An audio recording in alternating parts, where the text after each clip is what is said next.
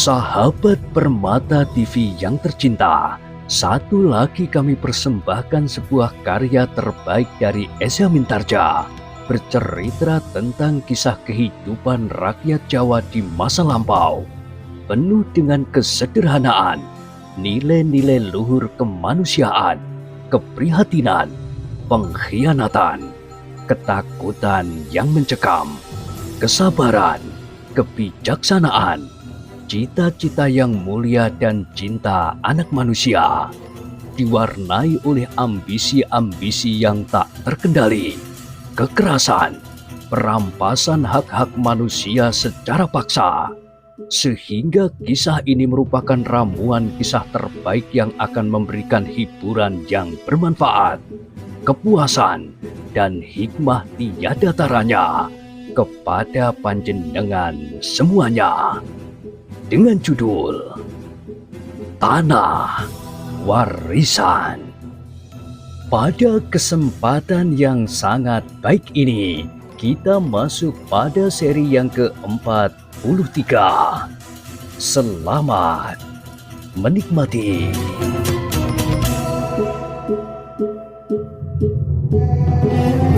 Di akhir kisah sebelumnya disebutkan, Bramanti terperanjat ketika ia mendengar pintu regol itu berderit.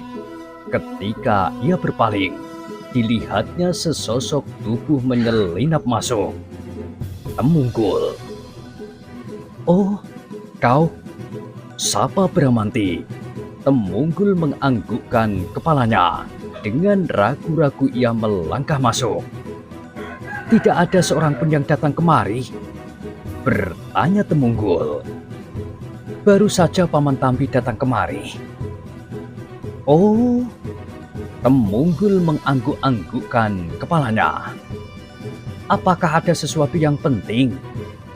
Bramanti menggelengkan kepalanya. "Tidak, tidak ada sesuatu apapun. Paman Tambi hanya singgah sebentar." Temungkul mengangguk-anggukkan kepalanya. Sekilas terngiang pesan Ki Demang untuk membunuh anak muda itu di mana saja ada kesempatan, di rumah, di sawah, atau dimanapun. Dengan demikian ia akan memiliki ratri dan kesempatan yang baik.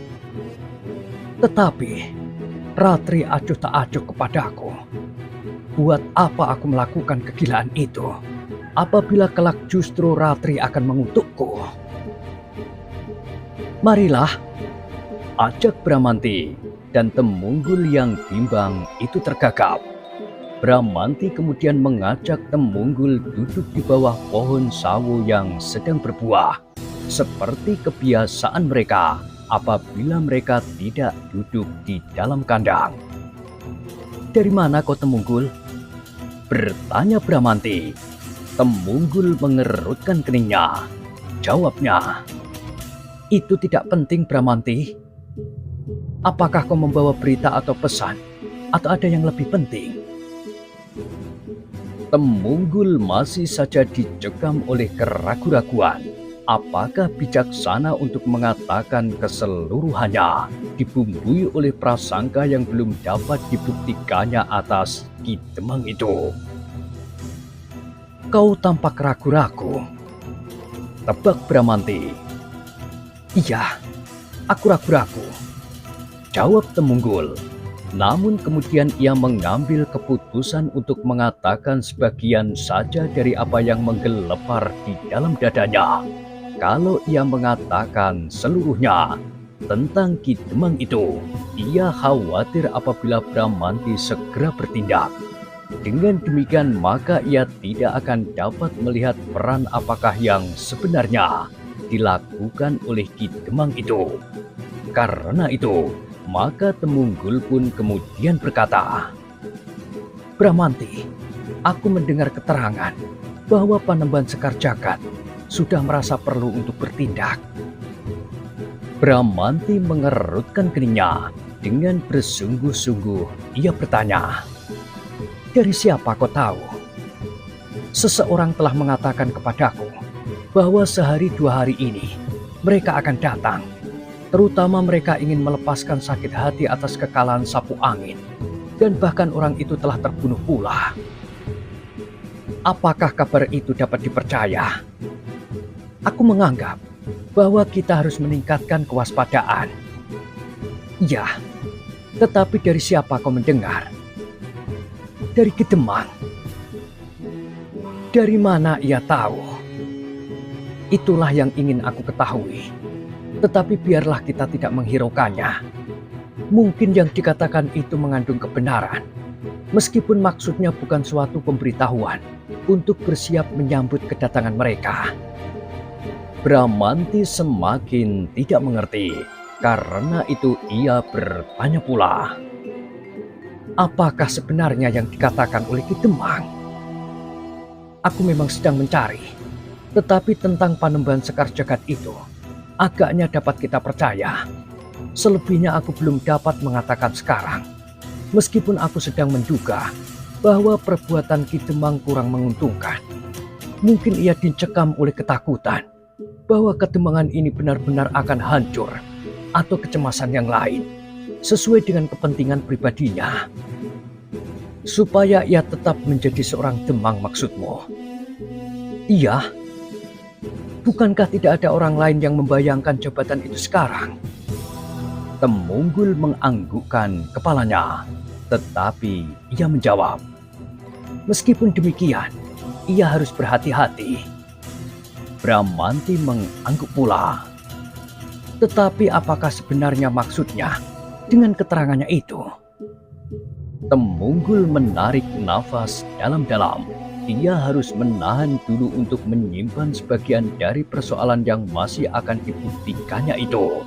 Maka jawabnya, aku masih kabur menangkap sikap dari Ki Demang. Tetapi yang penting bagi kita, Panembahan Sekar Jagad dapat datang setiap saat. Sudah tentu kita harus semakin berhati-hati. Dan tiba-tiba saja Temunggul berkata, dan justru pada saat Panggiring ada di Kademangan ini. Hei? Bramanti terkejut. Dari mana kau tahu? Temunggul pun terkejut pula. Tanpa disengaja kata-kata itu terloncat dari mulutnya. Sehingga karena itu sejenak ia terdiam, namun dadanya telah berdebaran. Terngiang pesan panjang kepadanya. Jangan kau katakan kepada orang lain. Kau janji? Dan ia sudah berjanji. Dari mana kau dengar bahwa Kakang Panggiring telah berada di sini? Temunggul tidak dapat ingkar lagi. Jawabnya, tetapi bukan salah panjang Bramanti. Aku memang melihat kegelisahan padamu dalam saat-saat terakhir ini. Aku sudah mencoba bertanya kepada Kitambi, tetapi ia tidak dapat memberikan jawaban. Bahkan Kitambi sendiri pun tampaknya seperti orang bingung. Temunggul berhenti sejenak, lalu katanya, kemudian aku berusaha mendesak Panjang untuk bertanya kepadamu tentang hal itu. Mula-mula ia berkeberatan, tetapi karena aku selalu mendesaknya, akhirnya ia mengatakannya. Agaknya kau digelisahkan oleh kehadiran Panggiring di Kademangan ini.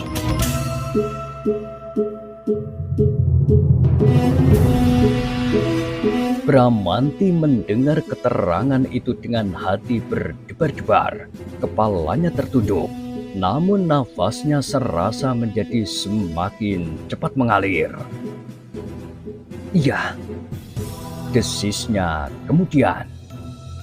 Kakang Panggiring memang telah berada di Kademangan ini. Nah, apakah kau tidak mencoba menghubungkan kehadirannya dengan keterangan tentang Panembahan Sekar Jagad itu? Bramanti tidak segera menjawab, tetapi kegelisahan padanya serasa menjadi semakin memuncak. Dicobanya untuk menarik kesimpulan seperti yang dilakukan oleh Temunggul.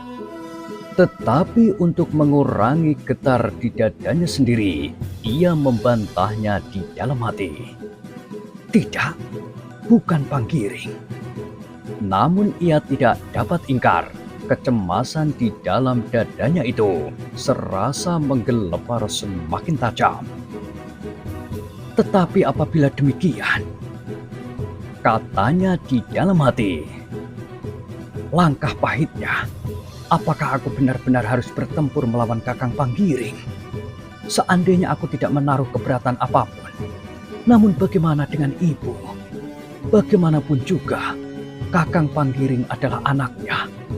Kebinasaannya pasti akan meruntuhkan kepedihan yang tiada taranya. Meskipun Kakang Panggiring tidak pernah berbakti sebagai seorang anak, namun ibu tidak akan dapat memutuskan ikatan yang ada di antara mereka.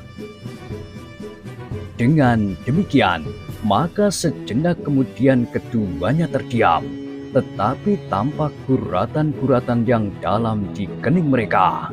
Berbagai gambaran telah membayang di dalam angan-angan. Bramanti menarik nafas dalam-dalam. Terdengar ia berdesis lambat. Memang hal itu mungkin terjadi. Ya, sahut Temunggul. Kematian Sapu Angin telah menurunkan keberanian Panembahan Sekar Jagad serta anak buahnya. Kemudian Panggiring mencoba menempuh jalan lain. Sebagai seorang kakak, ia akan menyusup di antara kita, terutama di rumahmu. Bramanti mengerutkan keningnya, katanya di dalam hati. Kalau ia sampai hati berbuat demikian, apakah salahnya kalau aku tidak selalu dibayangi oleh keraguan-keraguan tentang dia?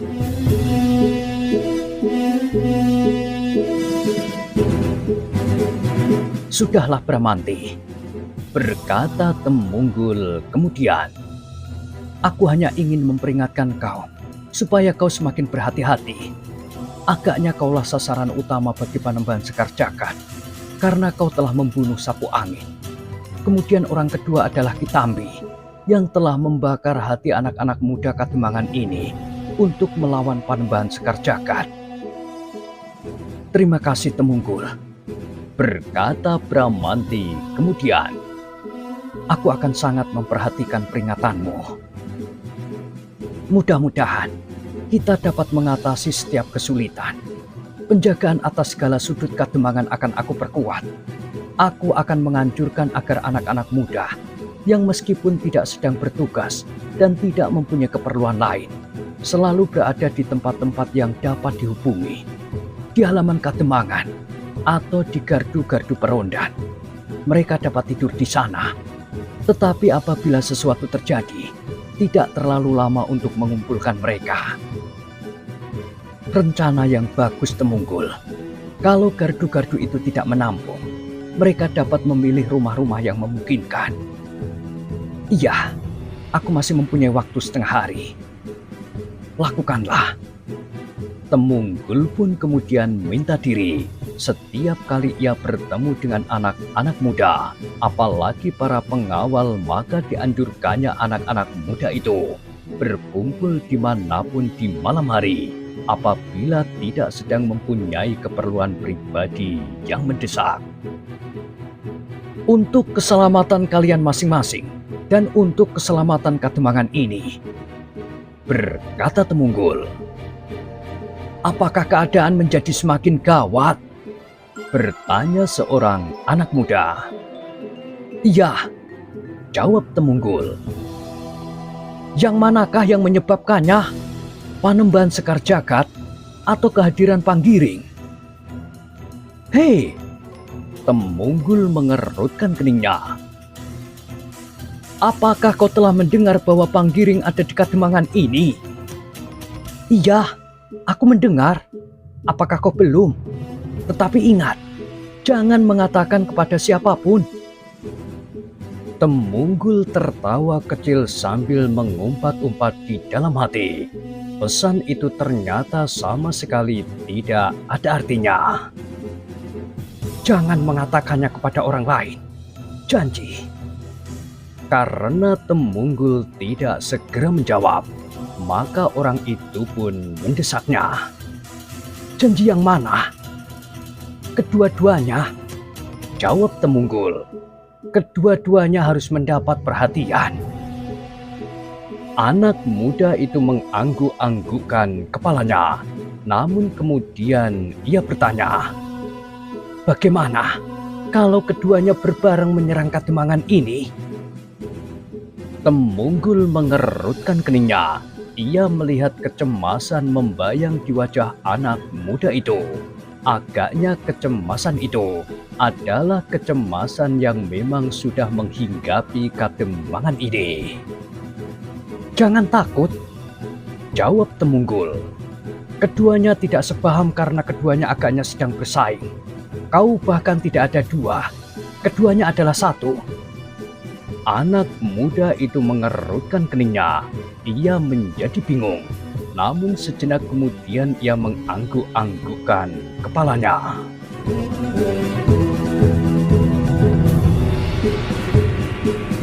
"Nah, katakan kepada kawan-kawanmu, nanti malam sebaiknya kalian berkumpul. Kalau terjadi sesuatu, kalian tidak berdiri sendiri. Betapapun lemahnya seseorang, tetapi bersama-sama dengan beberapa orang kawan akan menjadi jauh lebih baik daripada seorang diri. Dan dalam keadaan tergesa-gesa, kalian akan segera dapat menempatkan diri kawan di dalam kelompok-kelompok yang telah ditentukan." Anak muda itu mengangguk-anggukkan kepalanya. "Baik, baik." Dan seperti menjalarnya cerita tentang kedatangan Panggiring, maka pesan Temunggul itu pun segera memenuhi Kademangan. Hampir setiap anak muda mendengarnya, dan hampir setiap anak muda membenarkannya. Namun bersama dengan merayapnya pesan itu ke seluruh telinga, maka merayap pulalah perasaan cemas ke setiap dada anak-anak muda dan bahkan orang-orang tua, laki-laki dan perempuan. Namun berita itu telah menyentuh hati seorang gadis yang memang sudah lama menunggu berita itu. Ratri. Dengan dada yang berdebar-debar, ia mendengar kawannya bertanya kepadanya. "Kau dengar bahwa Panggiring telah datang?" Panggiring telah datang? Iya. Oh, begitu cepatnya. Apa yang cepat? Ratri tergagap, tetapi kemudian ia menjawab.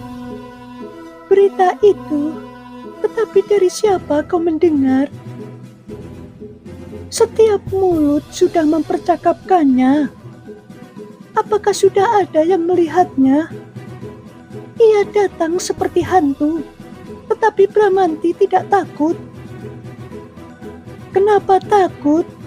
Bukankah mereka kakak beradik?"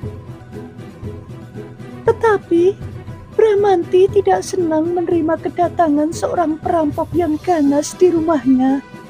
Itu akan sangat berbahaya bagi dirinya dan bagi Kademangan ini. Mungkin Panggiring ingin merampok setiap rumah, seperti yang dilakukan oleh Panembahan Sekar Jagad."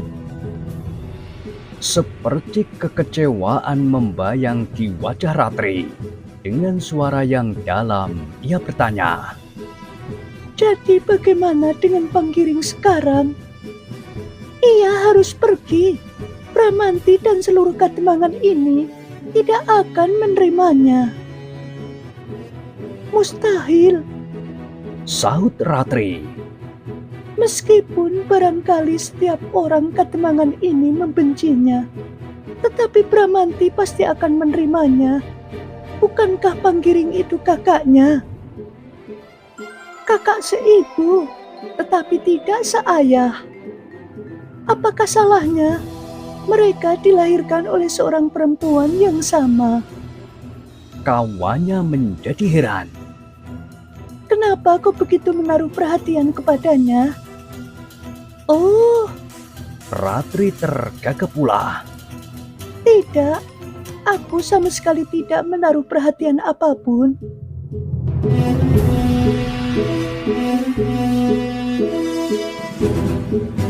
Namun ketika kawannya itu pergi meninggalkannya, maka mulailah Ratri tenggelam di dalam angan-angannya. Serasa masih baru kemarin saja terjadi. Ratri menarik nafas dalam-dalam. terbayang kembali masa kanak-kanaknya yang manis. Terbayang di dalam ingatannya seorang anak muda yang masih sangat remaja, yang sering dijumpainya duduk seorang diri di bawah bendungan. Wajahnya kelihatan pucat, tetapi ia sangat baik dan ramah. "Kenapa kau selalu menyendiri?" bertanya Ratri. Panggiring menarik nafas dalam-dalam. Dipaksanya bibirnya tersenyum sambil menjawab, "Tidak apa-apa." Lalu katanya, "Hei, kenapa kau kemari seorang diri? Tebing itu licin, kau dapat tergelincir." "Ibu dan ayah berada di sawah, di sebelah tanggul itu." Panggiring mengangguk-anggukkan kepalanya. "Tetapi jangan seorang diri di sini. Mari, aku antar kau naik." Panggiring kemudian menggandengnya dan membawanya naik.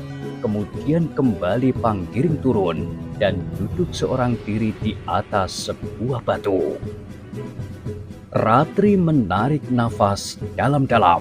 Saat itu ia masih seorang kanak-kanak, tetapi ia sangat tertarik kepada seorang yang bernama Panggiring. Meskipun ia seorang pendiam, tetapi terasa hatinya yang halus dan lembut.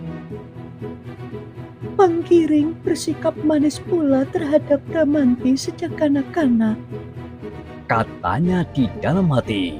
Sekilas terbayang anak itu mendukung adiknya berjalan di pematang, mencarikan permainan apa saja yang diinginkannya.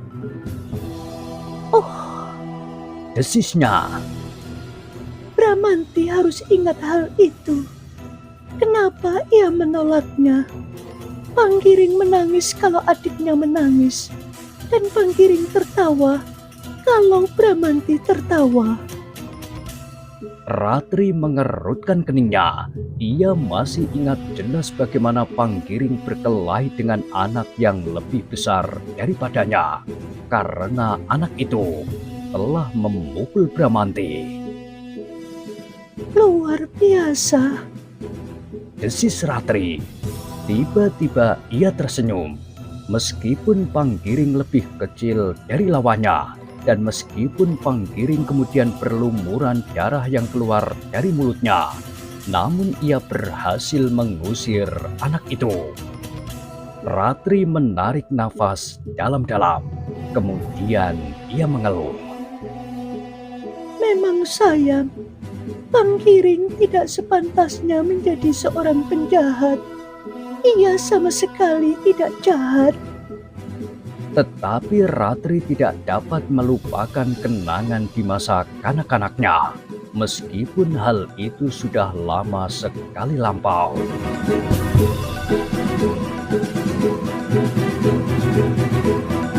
Sementara itu, anak-anak muda Kademangan Candisari menjadi sibuk, berkeliaran kian kemari.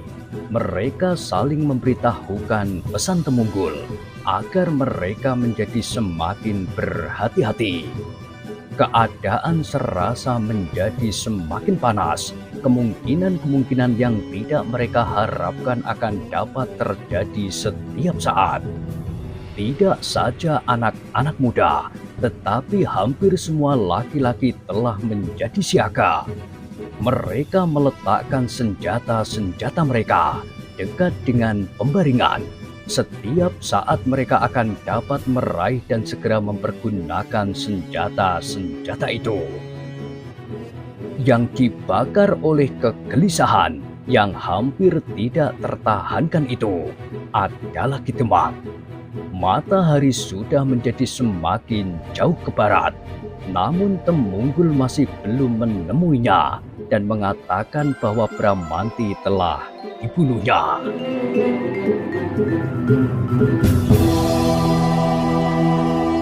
Apakah anak muda itu tidak berhasil? Desisnya.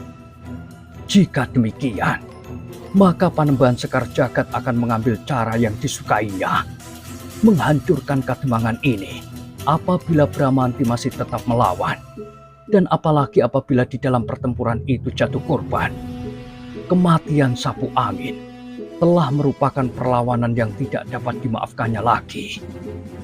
Apa boleh buat? Ki Demang menarik nafas dalam-dalam. Tetapi dengan demikian, pekerjaanku menjadi semakin berat. Aku harus membangun kembali Kademangan ini.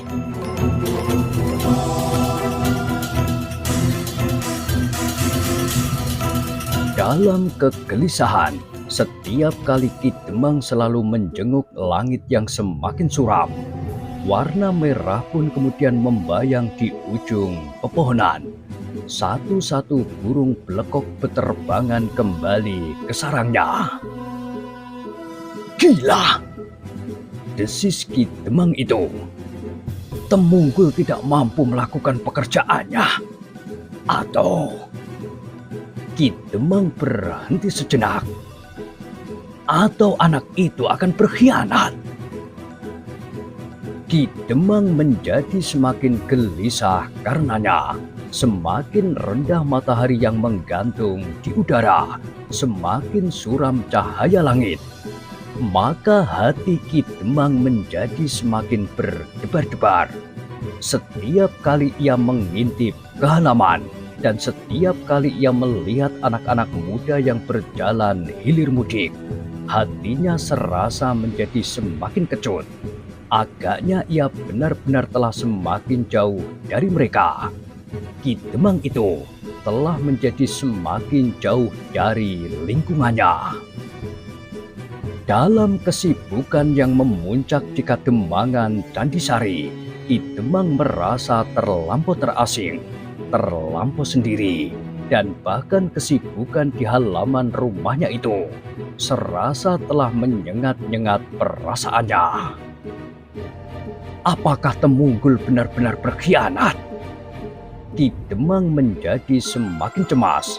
Kesiagaan di halaman rumahnya membuatnya seperti berdiri di atas bara. Mereka akan menangkap aku.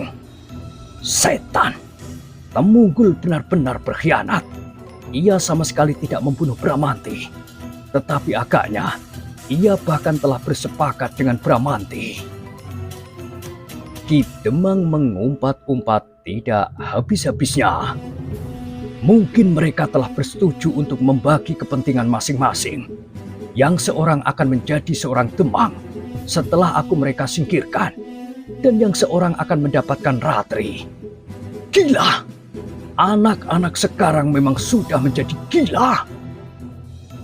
Dan dalam kegelisahannya, Ki Demang pun membenahi pakaiannya. Kemudian menyandang sebilah pedang di lambung dan kerisnya di punggung. Aku tidak akan dapat tinggal diam. Ternyata tidak seorang pun lagi yang dapat aku percaya di Kademangan ini. Terpaksa aku mengorbankan segala-galanya.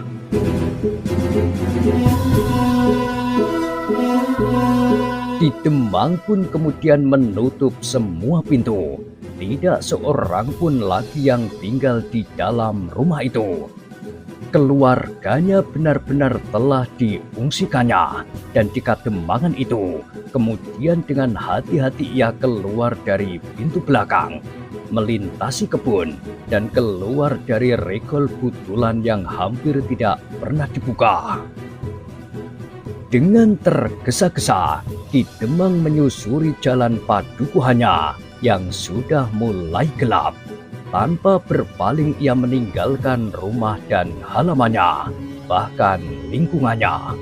Namun dengan harapan bahwa ia akan kembali dan membangun Kademangannya yang sudah tidak menghiraukannya lagi itu menjadi sebuah Kademangan yang baru.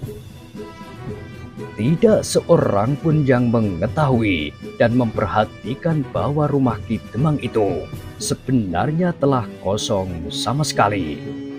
Mereka yang ada di halaman masih melihat sinar lampu minyak yang meloncat dari celah-celah genting dan lubang-lubang dinding, sehingga mereka menyangka bahwa Ki Demang masih berada di dalam rumahnya dan tidak menampakkan dirinya seperti biasanya. Demikianlah kesibukan di halaman rumah Ki Demang itu menjadi semakin meningkat. Sebentar kemudian ternyata bahwa Temunggul dan Bramanti telah hadir pula di halaman itu. Mereka segera memberikan beberapa petunjuk kepada para pengawal yang sedang bertugas untuk menghubungi gardu-gardu yang tersebar di seluruh Kademangan Candisari. Mereka harus menyiapkan alat-alat yang dapat dipergunakan untuk memberikan tanda-tanda. Kentongan, panah api, atau panah sendaren atau apapun yang dapat menyalurkan tanda-tanda dengan cepat. Bahkan Temunggul telah meminjam beberapa ekor kuda yang disediakan di tempat-tempat yang penting. Aku selalu merasa cemas, desis Temunggul. Seakan-akan sesuatu memang akan terjadi. Bramanti mengangguk-anggukkan kepalanya. Jawabnya, tidak ada salahnya untuk berhati-hati. Seandainya tidak terjadi sesuatu pun, kita tidak boleh lengah untuk saat-saat mendatang. Temunggul menganggukkan kepalanya, namun ia merasa bangga juga melihat kesiapan anak-anak muda Candisari. Bukan saja para pengawal, tetapi yang belum dapat diterima menjadi pengawal pun telah menunjukkan kesiagaan mereka berbuat sesuatu untuk Kademangan ini. Bahkan di halaman itu pun terdapat sekelompok orang-orang yang sudah lebih tua berbicara satu dengan yang lain dalam satu lingkaran bersama Ki Jogoboyo. Bukan saja di halaman Kademangan, tetapi di setiap gardu pun anak-anak muda Candisari telah berkumpul dalam kelompok-kelompok. Bukan saja mereka yang bertugas, tetapi anak-anak muda di sekitar gardu itu telah berkumpul memenuhi pesan Temunggul.